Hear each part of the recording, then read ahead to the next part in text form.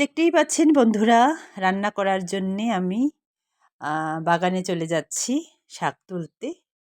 চারিদিকে ভুরো ধানের ক্ষেত সবুজ হয়ে আছে, ভালো লাগে।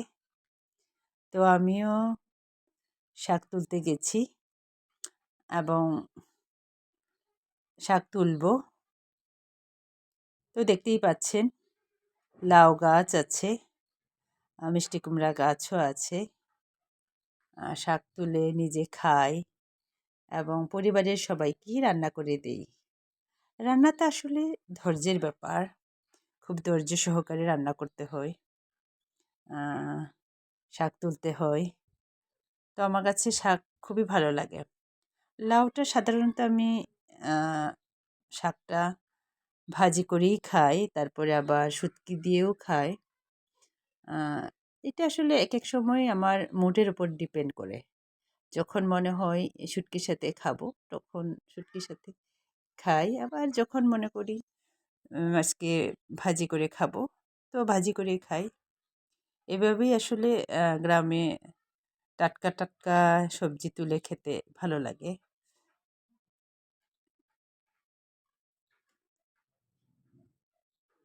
আসলে লাউর যে আমার কাছে লাউ শাকটা খুবই ভালো লাগে।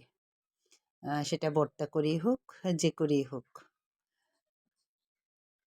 তাছাড়াও আমাদের এখানে মিষ্টি কুমড়ার গাছগুলো মাটিতে লাগানো হয়। তো মাটিতে যেগুলো লাগানো হয় সেগুলো আসলে শাক খাওয়ার জন্যে। আরও আছে যেগুলো আসলে ফল ধরে, মিষ্টি কুমড়া ধরে, সেটা আসলে আলাদা লাগানো হয়।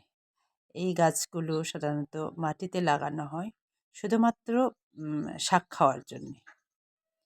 তো আমি মিষ্টি কুমড়ার শাক সাধারণত ভর্তা খেতেই পছন্দ করি, শুটকি দিয়ে।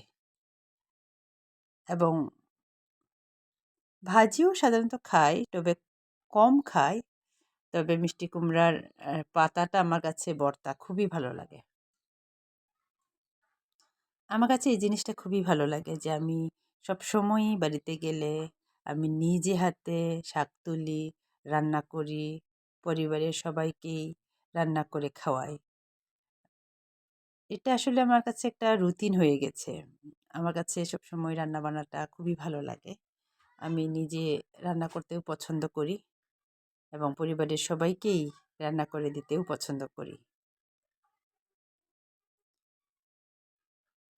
তো আসলে আমি এটা আসলে টাটকা টাটকা খাওয়ার জন্যই আসলে শাকটা তুলছি। দেখতেই পাচ্ছেন বন্ধুরা।